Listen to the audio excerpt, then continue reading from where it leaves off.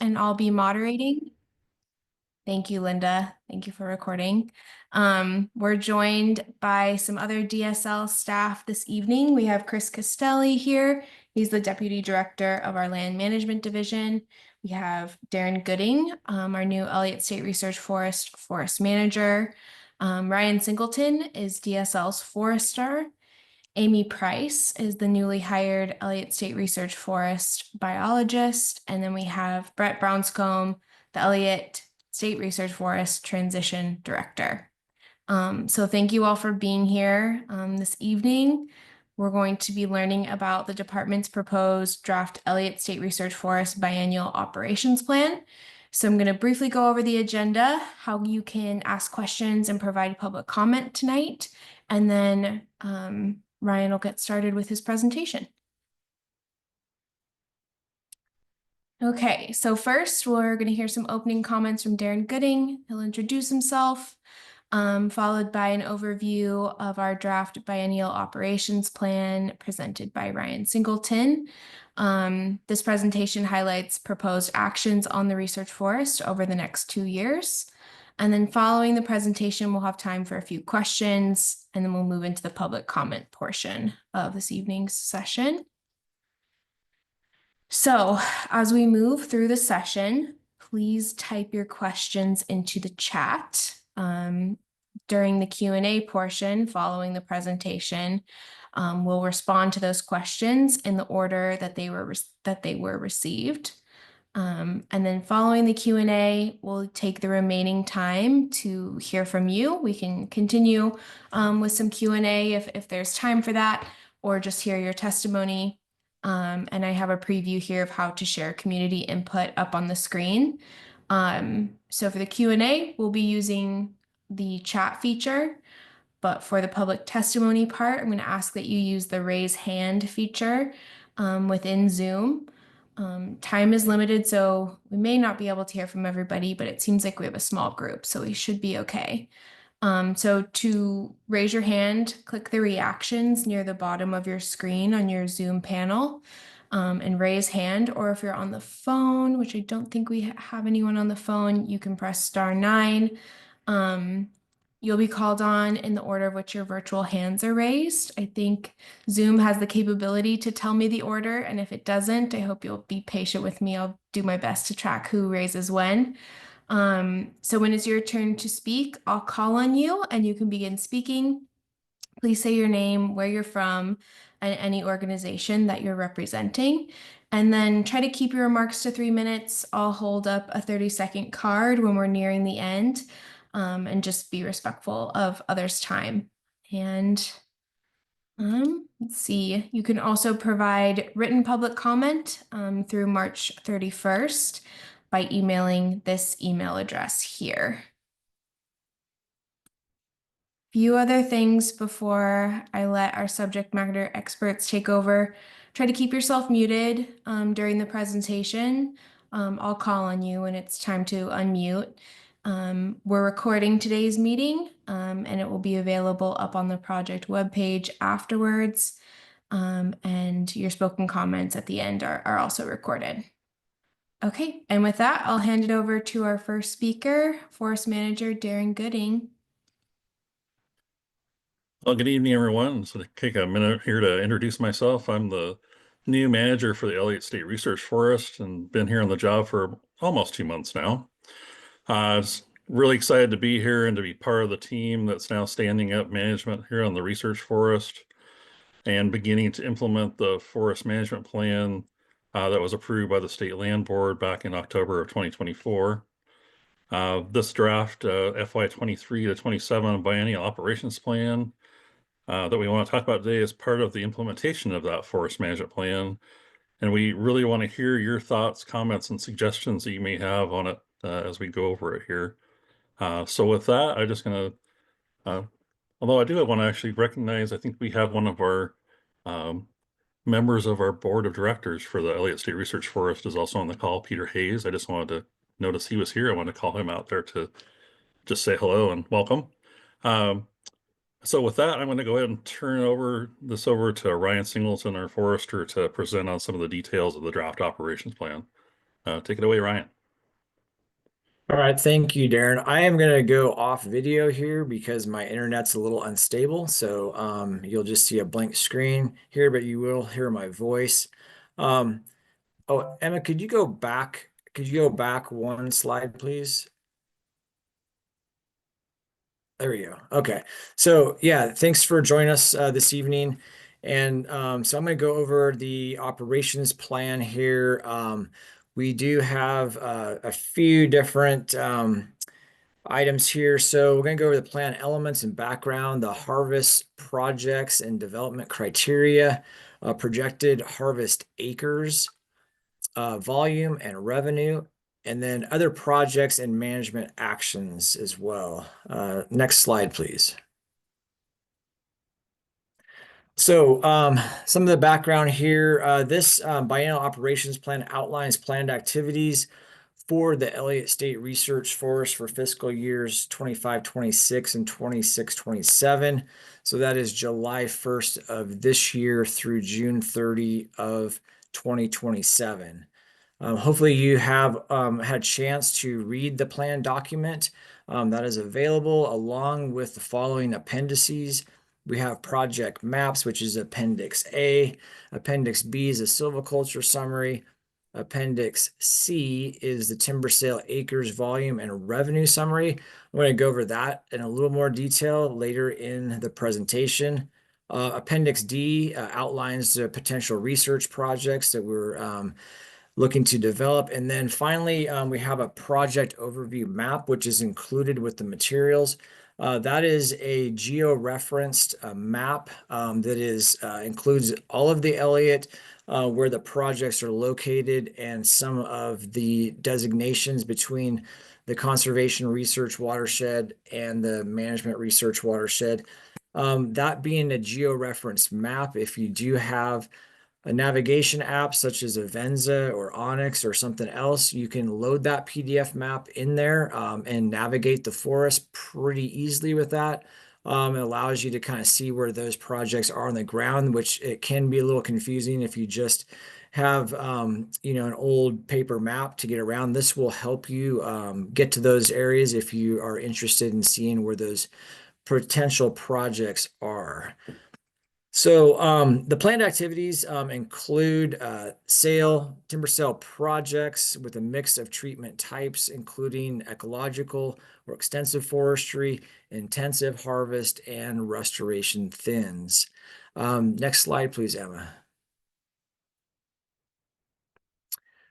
So the plan also includes sections on road management, young stand management, habitat restoration, monitoring and surveying, recreation, and other non-timber activities, including research.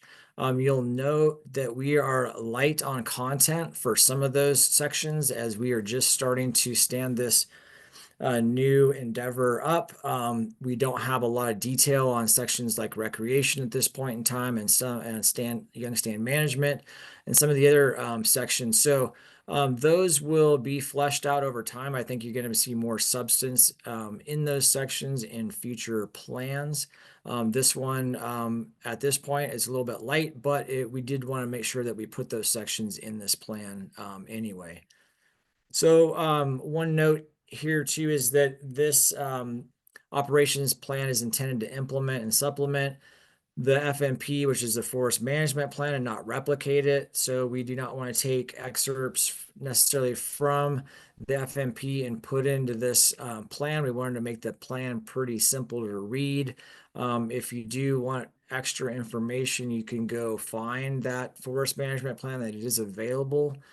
So you can get a little more of a deep dive into some of the planning efforts with this research forest. Also, the projects implemented through this operations plan will remain consistent with the FMP, as well as the habitat conservation plan provisions and commitments. As you may be aware, we have a little bit of a delay in finishing up and getting our incidental take permit as part of the habitat conservation plan. There is some of the changes in administration back east have made delays there. And so hopefully we will be able to get through that and get our incidental take permit here pretty soon. And then the other thing is, as you look through this plan, you'll see that we've created what are called projects, which are clusters of harvest units. Those areas were created basically to make sure that we don't use more of a, kind of like a shotgun approach to just scattering treatment areas throughout the forest. We wanted to concentrate those into small areas. And that way we have some economic efficiency there, as well as allowing to have, kind of side-by-side comparisons between some of the allocation treatments. So that's our approach with this. And Emma, are you hearing me okay? I just get these notes on my screen that the internet's unstable. So as long as we're good, you can give me the thumbs up. You sound good to me. Okay, great. So let's go on to the next slide, please. So if you've done your homework, you're aware that we have four basic treatment allocations. We have extensive management, we have ecological or extensive management. In the HCP, you'll see it's referred to by and large as extensive management. In the FMP, we refer to it a little bit more as ecological forestry. They're pretty much one and the same. There's just two different terms there. We also have restoration thinning treatments. That is in the conservation research watershed, which is on the west and north sides of the forest. And then we also have under development some riparian thinning treatments. As we were looking into development criteria, we targeted stands for the intensive allocations, plantations that would be 60 years old or older as of 2025. That is part of what our requirement is in the HCP. We can't get into those stands that are under 60 years old. We don't have a whole lot of them, so we were kind of constrained on where we can go. But we do have, enough acres to get us started at least. Those stands tend to be between 60 and 65 years old. We don't have anything really, they're all plantations, nothing over 65 years old, I don't think at this point in time. With the ecological or extensive treatments, we're focusing on plantations here. We do have the ability in future years to enter up to 3,200 acres of mature stands, but we're not choosing to do that at this point in time. So we are focusing those ecological treatments and plantations.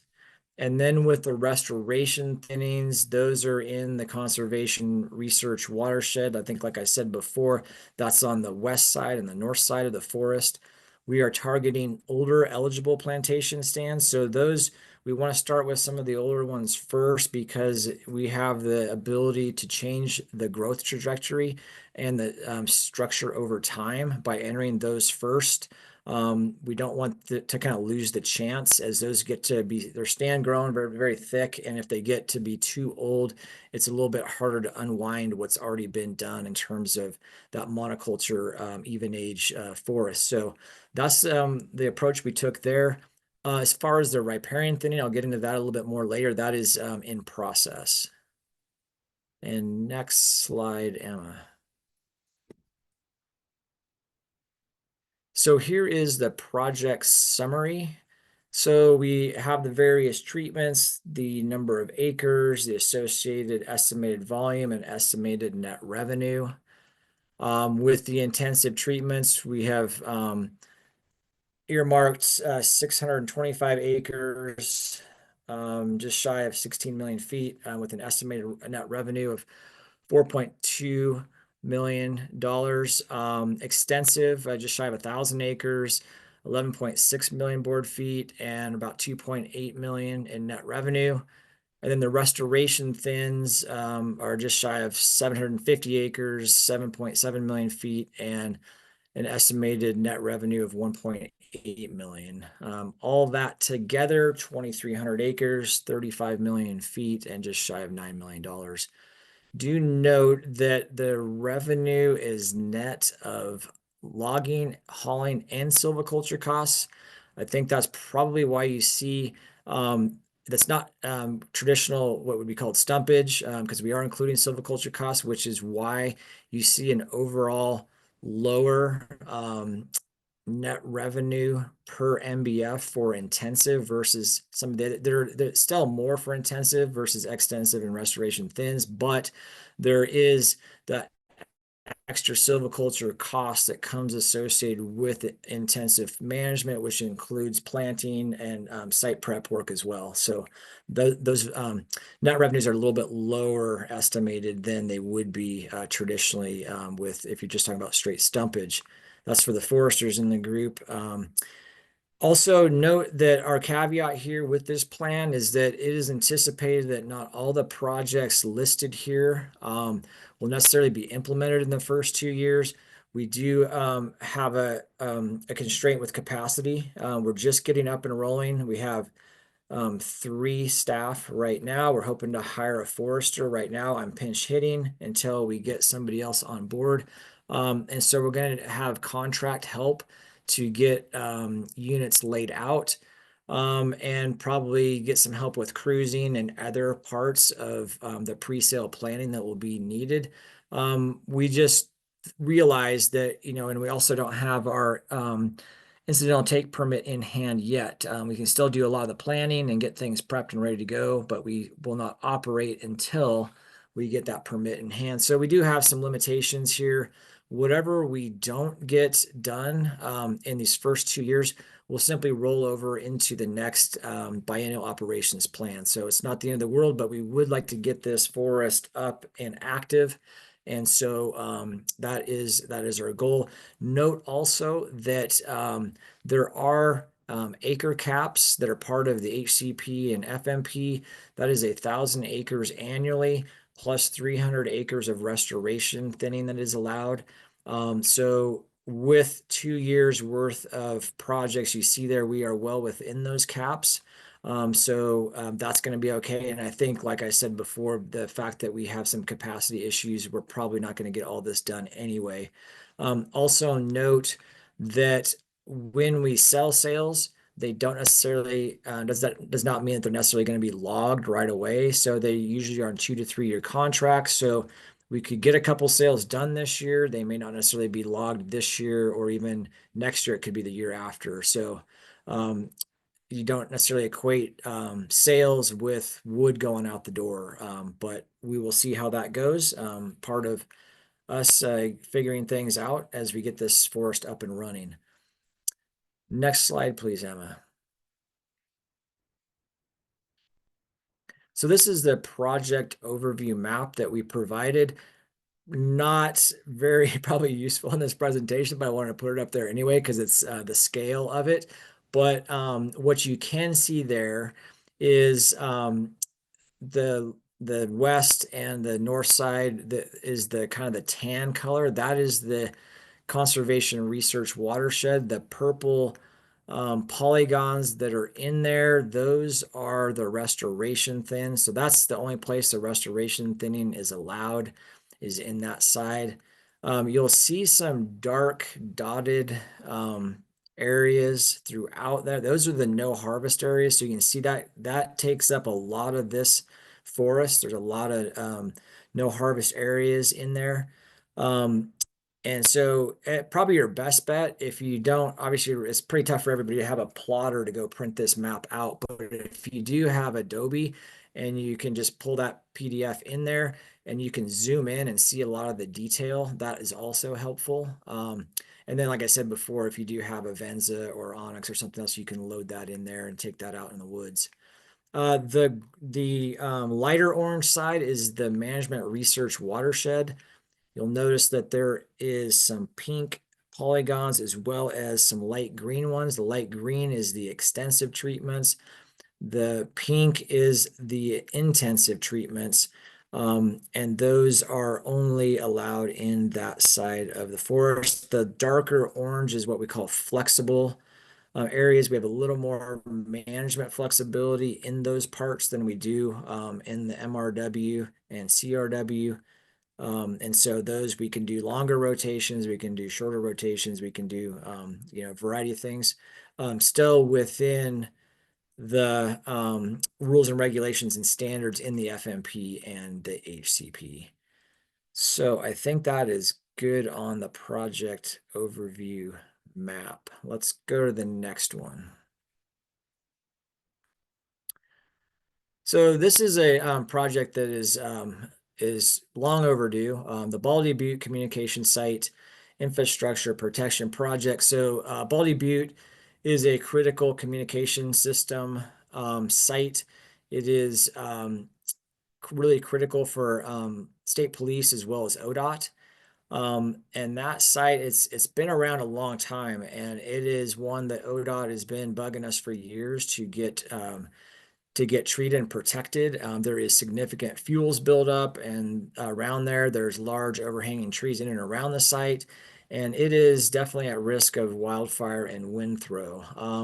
And so we are looking to create a project in conjunction with ODOT to go ahead and remove all trees within 1 tree height of the existing structure and tower guidelines, as well as create a feathered fuel break upwards or outward up to 500 feet from the tower site.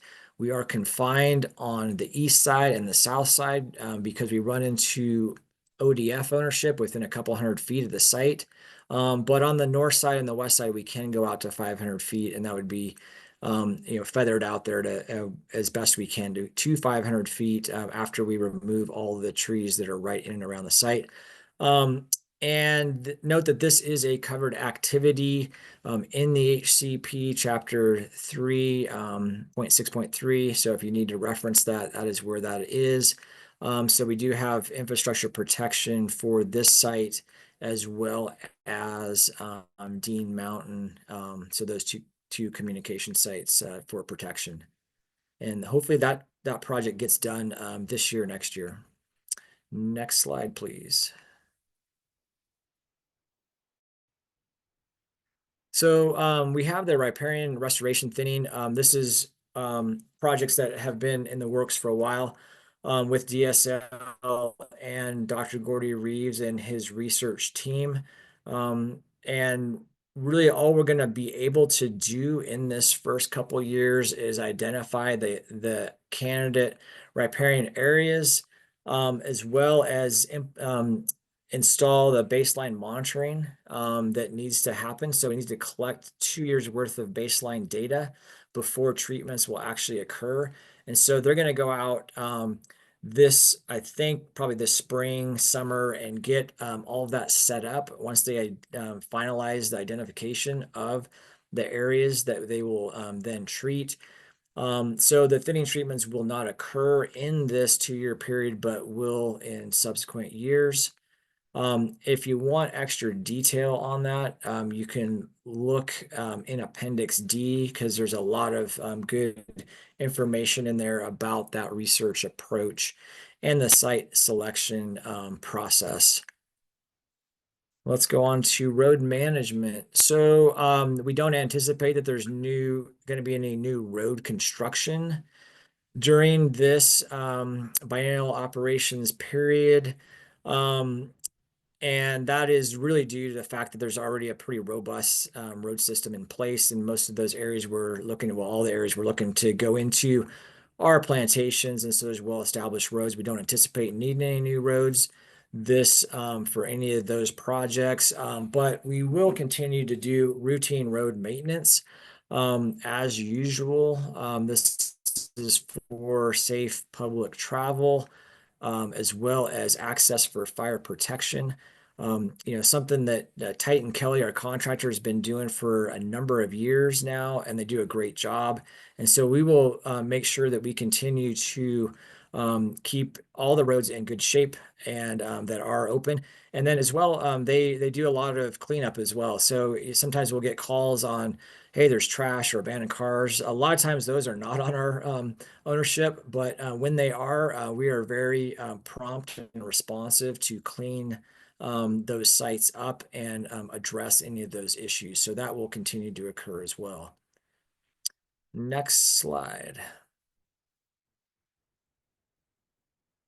So monitoring, any required pre and post-harvest monitoring and reporting will occur um, in this 2-year period per the standards set forth in Chapter 6 of the HCP.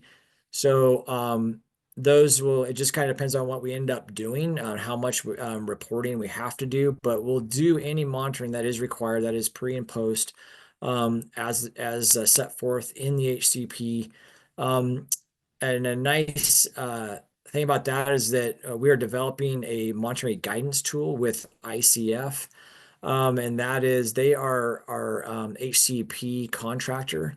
And so they're working with DSL staff to develop this guidance tool, and that will help us track all the monitoring activities and reporting, as well as any washout situations, and make sure that we are also complying with the HCP along all the various lines, standards and requirements that we need to do. So this is a key aspect of making sure that we have a successful habitat conservation plan. And so we're very diligent about making sure that we have everything in place when we start to operate out there on the forest. Also, yeah, we have the barred owl management plan. So that is in the works. So right now, at this point, once we get a permit issued, a HCP permit issued, an ITP, within 16 months, we need to advance a barred owl management plan. And so that is in the works right now. And that will eventually lead to the removal of barred owls within the Elliott. That planning will occur during this period.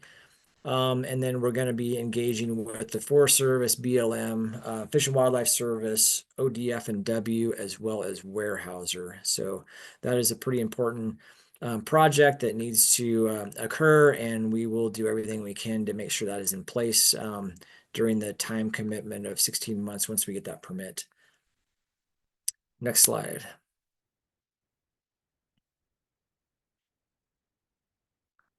So aquatic habitat restoration, Coos Watershed Association has a long history on the Elliott. They've been doing aquatic restoration projects for a number of years. They've collected a lot of data over the years. They've got really good history and knowledge of the aquatic systems within the Elliott, and so they are a great partner to have. They also have a number of projects that have been planned, and they are on the shelf ready to go. We've sort of been paused on those for a few years, but we would like to jumpstart those again. So we're relying on partnership funds secured by CUSWA, and we'll do the best we can to help there, as well as assist through providing authorizations, and then some in-kind materials such as trees and root wads from harvest operations. So we're working closely with those folks, and once we get more details about when and where those projects will happen, we think we're going to get some certainly started within this 2-year period. And then we're always looking for potential future projects with CUSWA and other partners that will look to address aquatic habitat restoration in the future. The carbon project. So right now, we are working with a contractor to start to develop that project, and some of the first steps here are going to be getting some inventory done. So there'll be folks that'll be hired to go put in plots that will help inform us of our baseline amount of carbon stores. And so that's going to occur during this first 2-year period. Along with that comes third-party verification later on. Once all those steps, and there's probably a bunch of other things in between that need to happen, once that project is eventually finalized, then we will look to sell the carbon credits, and that will come at a later date. We don't anticipate that will probably be down the road 2-3 years or so. at the earliest, but it takes a while for these things to get done and kind of ready to go. So we're working on that, and we hope to get that accomplished here in the next couple of years. And then next slide. Yeah, last slide. Okay. So research. We've talked about the riparian thinning sites and that work, which is something that's of a lot of interest to folks out there. Again, there is more detail about those projects in Appendix D. We also have other projects. Most of those are OSU-led projects that are also described in Appendix D. So if you want to look at and see what those are, just go ahead and peruse that appendice. And there's always these ongoing conversations with the board and research partners to see, what an overall research approach would look like, as well as the budgeting associated with that. It's a big undertaking, and we're doing the best we can there to advance research as part of this forest, of course. And we do have some projects like the riparian thinning project that is certainly in the works, and that should be starting to be implemented here, in the next couple of years, which is good news. And there'll be other ones coming. And then finally, outside of what you'd call traditional research, is us wanting to test the assumptions related to harvest revenue, logging costs, and overall operation costs. One of our charges was to make sure that this forest is financially viable. It can self-sustain in terms of revenue. So we don't have to go back to, say, general fund and ask for more money. And so we did, do a lot of projections, financial projections going into this, but we don't necessarily know everything. And some of that has to do with us trying these new treatments, and that being the ecological forestry as well as some of the restoration thinnings. We're not 100% sure how purchasers, when they do bid on these sales, how they're going to allocate the harvest cost, because they can be operationally complex. And so that's part of what we'll see in terms of how this comes out. So I think that'll be a really interesting sort of, bit of information that we figure out and collect over time. Also, we're pretty confident with the inventory we do have, but there's always question marks about the standing inventory out there. And so we will know a lot more about our harvest assumptions when we get cutout data from these projects. And so we will be able to compare what we projected in terms of harvest volume compared to what actually went out the door and was scaled. And so that will be something that is a lot of interest as well. And then there's always been questions about what's the real growth of this forest. A lot of times we think this is high productive site one ground, and that's a lot of people think of the Coast Range. I don't think that's the case here necessarily.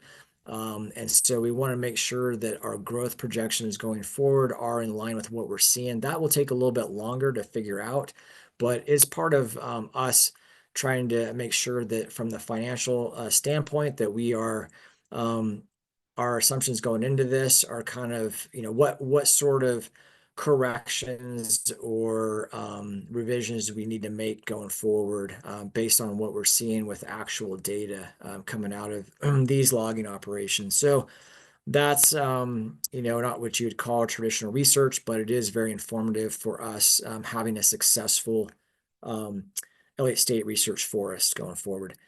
And I think I've used up all my words, Emma. And so I think that is it. A lot of talking for one day.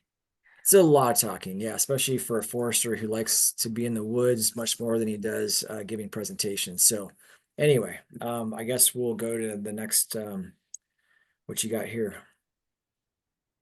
Well, I think since we have such minimal participation, I'll just open it up, and we can just have an open Q&A or dialogue with folks that are on the call. So if you'd like to raise your hand, I can unmute you, but yeah, you have quite a bit of DSL staff here if you'd like to ask us any questions. Oh, we have one hand raised. Fergus? I'm trying to unmute you. You can go ahead and start speaking.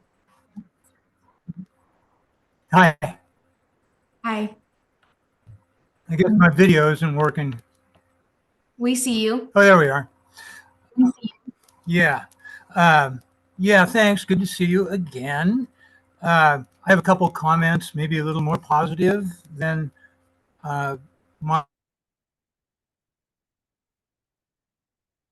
earlier today, because I think there are some really positive things going on with developments in the research forest, particularly with your board of directors.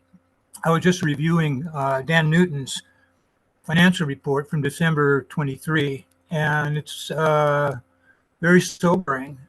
Uh, Even though he observes that there seems to be a lot of overestimation of revenue and possible underestimations of costs, he is talking about the OSU budget. He was projecting a $1 to $3 million deficit annually for the next 80 years. So this is not an easy task you all have been given to operate with the restrictions of a business to generate a profit with all the limitations that come with being a public entity. Um, just looking at the possibilities for carbon, if I observed earlier that recent carbon allowance auction for the California Quebec offset system came in at $35 a ton, which is just about the value of carbon it would take to make the carbon in the Elliott worth the same amount as the revenue you are planning to generate from this BOP. I believe the assumption in the BOP is for a timber price of $775 per thousand. Last time I looked, price of timber was at 700. So you deduct that $75 a thousand, and the $9 million goes to $6 million. And at $35 a ton, the carbon that timber would generate is about the same value. The price in the voluntary market that you're modeling now, of course, is much lower, $10 to $12 a ton. But both our neighboring states have regulated carbon markets. In Washington, the price is about $40 a ton. In Canada, it's about $50 a ton. So a price of $35 a ton in a regulated market, if Oregon were to adopt one, is not unreasonable. And if we were able to generate popular support for your work, to include tax support for a similar amount, you'd have a baseline income reliable of $3 million or more, which is pretty significant.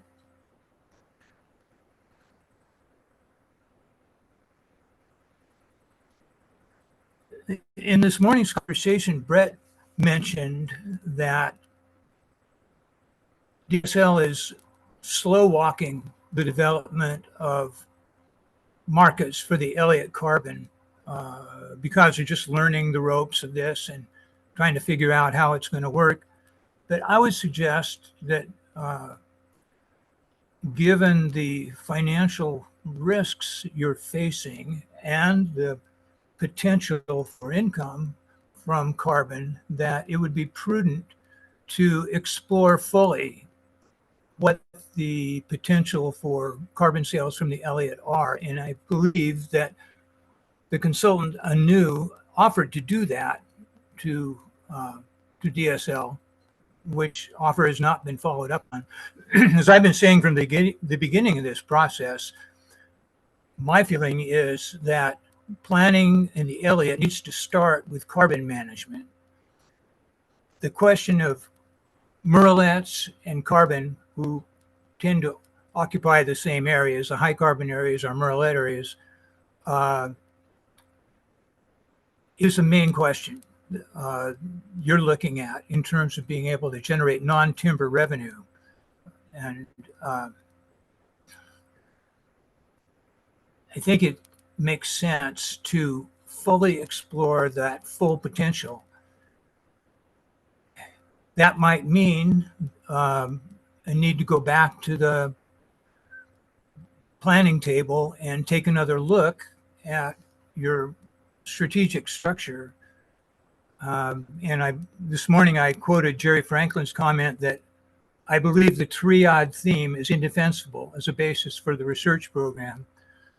And unfortunately, all your documentation for the forest, the CHP and the forest management plan, and also the habitat suitability index for murrelets, all seem to be based around that triad approach, which really not only may not be useful for research, but I believe Dr. Franklin feels that that triad approach is counter effective for research and actually makes meaningful learning impossible because you're operating with too many variables. In order to learn something in an experiment, you have to have a single variable and a control, neither of which are available with the triad method.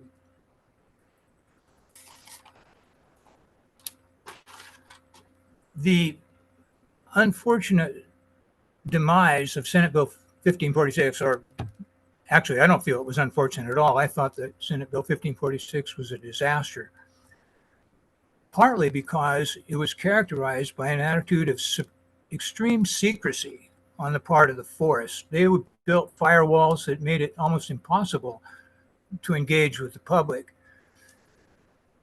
That strategy is not going to be effective if you're looking to the taxpayers for support.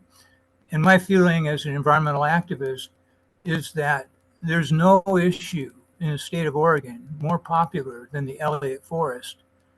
And I believe that if you develop a strategy that addresses the concerns that Dr. Franklin feels should be your objectives, which are to develop, quantify, and demonstrate approaches to forest management that integrate ecological, economic, and cultural objectives and that reduce risks to disturbances in climate change, you'll be able to get that support and put the forest on a sound financial basis. Some other research angles you could look at are what's happening at the UN with carbon is a very intense effort. Yes? I just wanted My to time up? pause for a second. Yes. You've Okay, I can come back. I'll leave it been at over that. 3 minutes. Okay. I just want to make sure we had others on the call who may want to speak up. No problem. Okay. Would any staff like to respond to anything?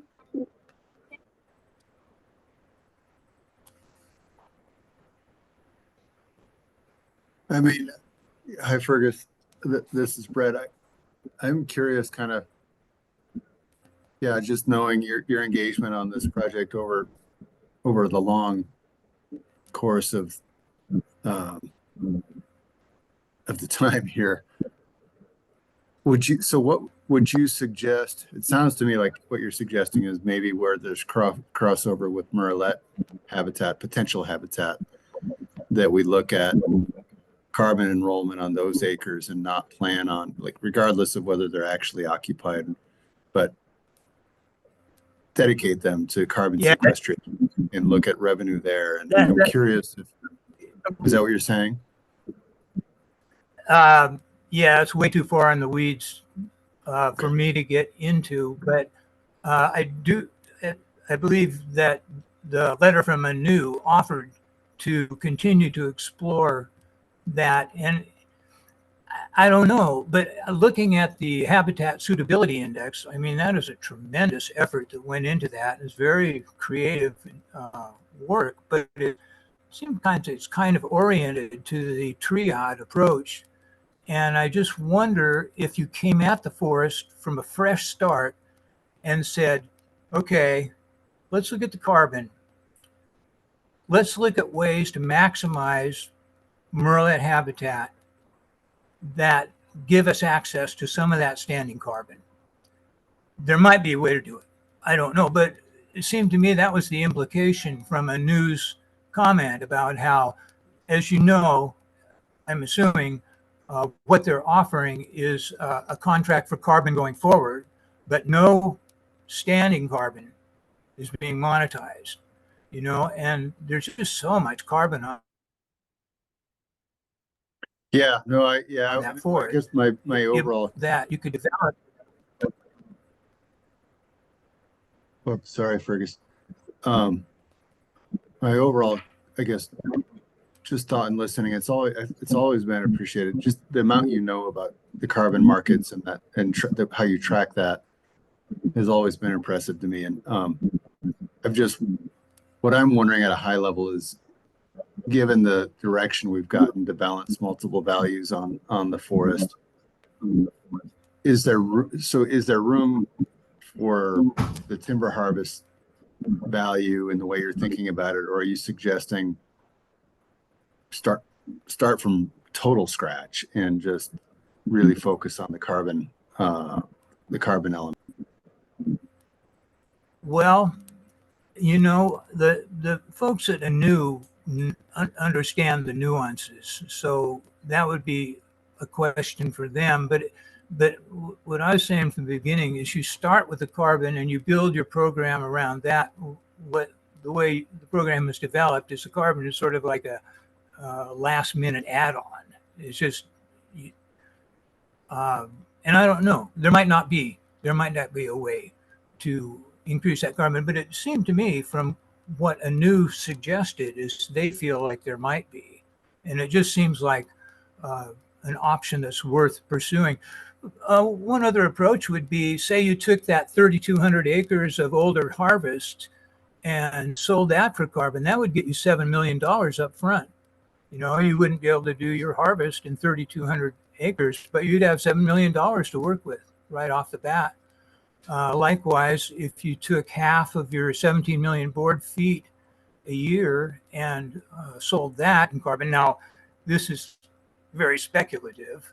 If we were able to, we citizens who are supporting your work were able to establish a carbon offset program in Oregon, like they have in California and Washington, where we had a guaranteed internal market for those offsets, then you'd have not quite maybe, but almost enough to cover your base just from carbon. You'd have 100 years of contract. You know, looking at Dan Newton's projections, you lost $3 million in the last 6 months from a price of timber dropping from 775 to 700. You know, and the housing market doesn't look good. He says you could look at a 50% drop. I think your break-even point's around 500. You go below 500, you are losing money, and that's something you're never going to do with carbon.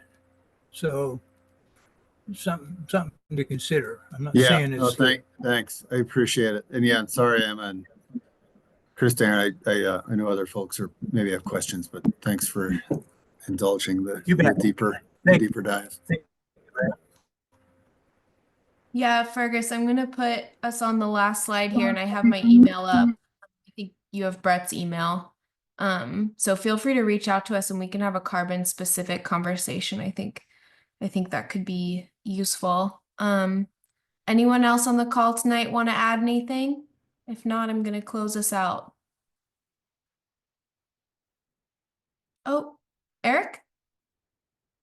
Yeah, hey, I'd just like to say thanks for the information tonight. Sorry, my screen's going dark. I'm house sitting, so I just don't know where the lights are yet. So I'll go find them. But yeah, just a really exciting time for the Elliott. There's a lot of people paying attention. Carbon markets, that's an interesting. Those things are still just, there's a lot of unknown factors, and the way they the way they value, it's not worth it. It doesn't have value unless you're planning on cutting it down and then saving it. So there's a lot of work to be done, but it's an incredible carbon sequestration and storage acreage right now as it is. It's as good as anything in the world, and that's kind of a big a big plus. That's a lot of leverage that could be gained in that way. But anyway, I just wanted to say thanks a lot, and yeah, exciting. So go forth, do good work. Thank you. Thanks for coming on. Okay. Well, seeing no new hands, thank you all for joining this evening. As our houses get dark around us, I hope you have a nice rest of your evening, and my email's here if you have any questions about the biennial operations plan or anything else. And we'll see you next time.